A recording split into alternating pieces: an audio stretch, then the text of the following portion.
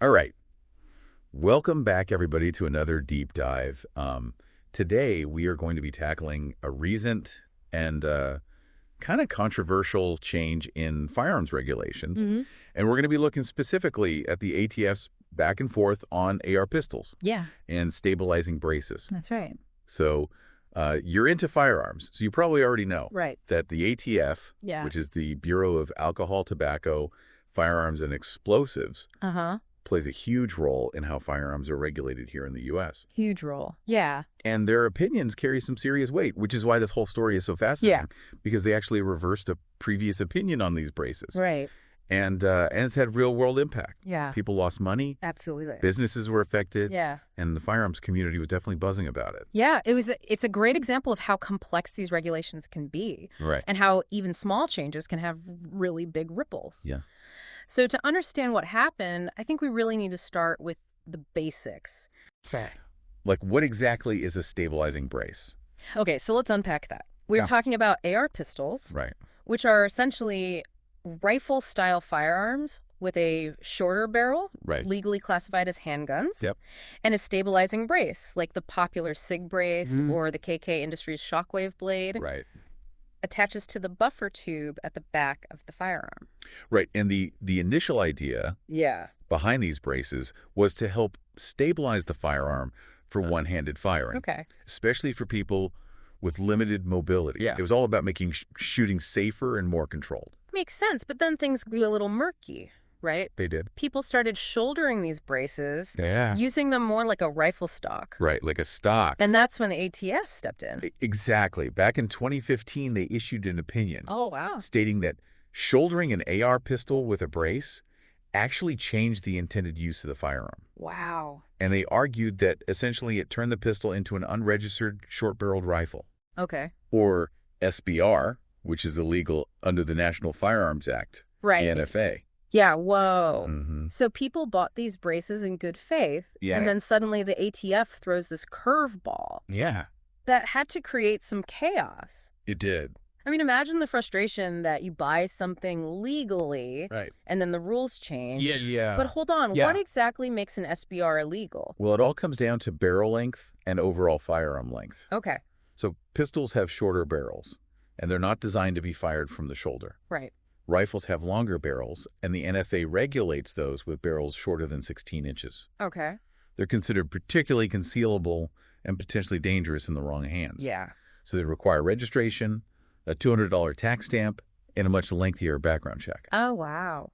So the ATF was essentially arguing that shouldering a braced pistol made it functionally equivalent to an unregistered SBR. Okay, so the ATF was concerned that people were essentially circumventing the NFA by using these braces. Yeah, I think so. But was this really about safety? A lot of folks, including a popular firearms commentator known as the Firearm Guy, felt like the ATF might have had a financial incentive Mm-hmm. to push people towards registering their AR pistols as SBRs No. with that $200 tax stamp. Right? Was there any merit to that argument? Well, it's hard to say definitively what motivated the ATF back then. Yeah. But, they're focused on enforcing the NFA and preventing the proliferation of unregistered SBRs. Right. Whether shouldering a braced pistol truly transforms it into an SBR is a point of legal debate. Yeah. And there were differing interpretations within the firearms community. There were definitely strong feelings on both sides. For sure. The Firearm Guy even described this tense scene Really? at the 2015 SE Shat show, Okay. which is a huge firearms industry event. Right. He talked about lines of people at the ATF booth. Wow. Furious, demanding clarification. Oh, my God. People were yelling, waving their fingers. Yeah. Sounds like it was a pretty heated situation. It certainly highlights the challenges of communication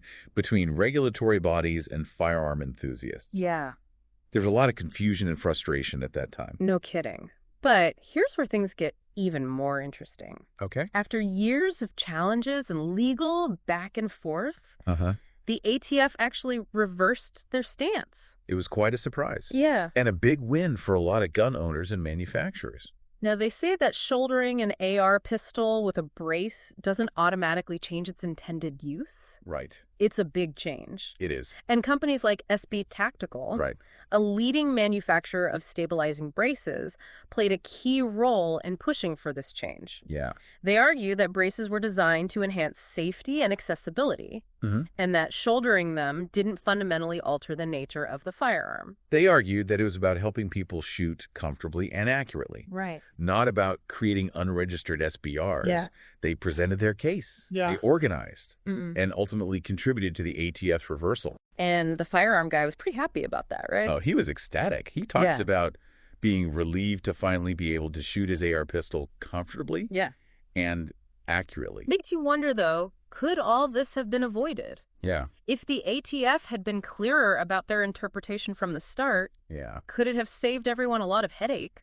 It's a valid point, and Yeah. it brings up the question of how we, Mhm. as responsible firearms enthusiasts, Yeah. should approach communication with regulatory bodies. Right. Like the firearm guy's advice about not poking the bear, Mm-hmm. sometimes seeking clarification can backfire. Right. Drawing attention to an issue the ATF might not have even considered. Exactly. And this whole situation really highlights Yeah. the need for clear communication Right. and a nuanced understanding of firearm regulations. So where does this leave us? Yeah. What's the takeaway for you listening? Well, I think this entire saga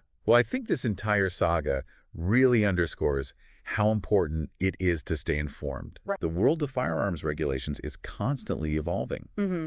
and interpretations can shift, as we've clearly seen. Yeah, it's not just about knowing the rules. Right. It's about understanding the nuances Right. and the potential consequences of our actions. Yeah. Like we were saying, sometimes seeking clarification can have unintended consequences. It's true. It's a delicate balance. It is. Yeah. And this case also highlights the power of collective action. Oh, yeah.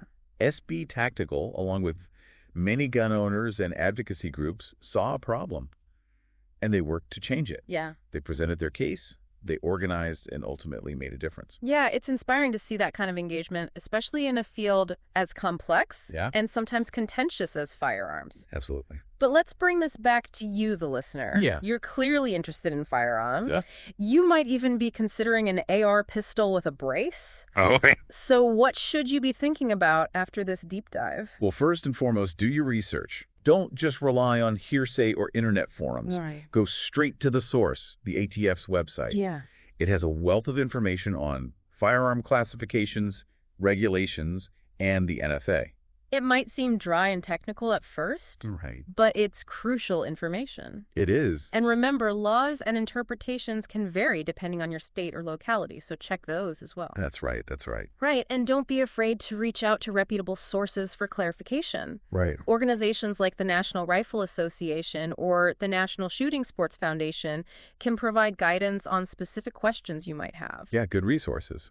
But as we've discussed, sometimes it's wise to proceed with caution when it comes to seeking clarification from the ATF directly. Mm-hmm. Remember the firearm guy's advice, don't poke the bear. Exactly. Unintended consequences are always a possibility. Always. It's a bit of a paradox. You want to be Yeah. informed and compliant. Right.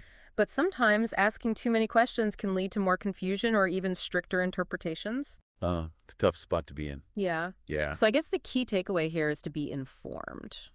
Be Really. responsible. Be responsible. Be aware of the potential pitfalls. Yeah. And don't let all this complexity discourage you. Yeah.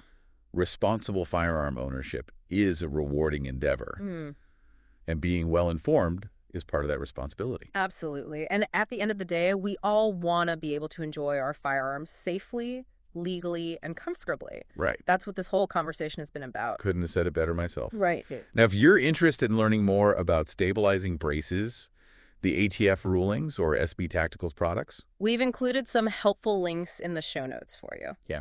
You'll find resources from the ATF, Mhm. information on SB Tactical and their braces, right. and even some commentary from the firearm guy himself. Yeah, it's a great starting point for anyone that wants to kind of dive a little deeper into this whole issue. Yeah, and who knows? Yeah. Maybe this deep dive sparked a new interest in firearms law for you. It's a fascinating field. It It's always evolving. Yeah, it might seem dry at first glance, Yeah. but it has real-world implications for millions of gun owners. Julian.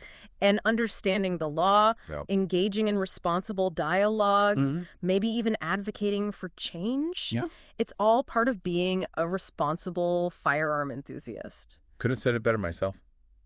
Well, I think we've covered a lot of ground today. I think so. We explored the complexities of AR pistols and stabilizing braces, Yeah. the ATF's shifting stance, Mhm. and the importance of staying informed and engaged. Absolutely. Hopefully, you've walked away with a deeper understanding of this issue and how it might affect you. And remember, this is just one piece of a much larger puzzle. Yeah, The world of firearms is vast and constantly evolving. it is. So keep those questions coming. Yeah. Keep researching. Yeah.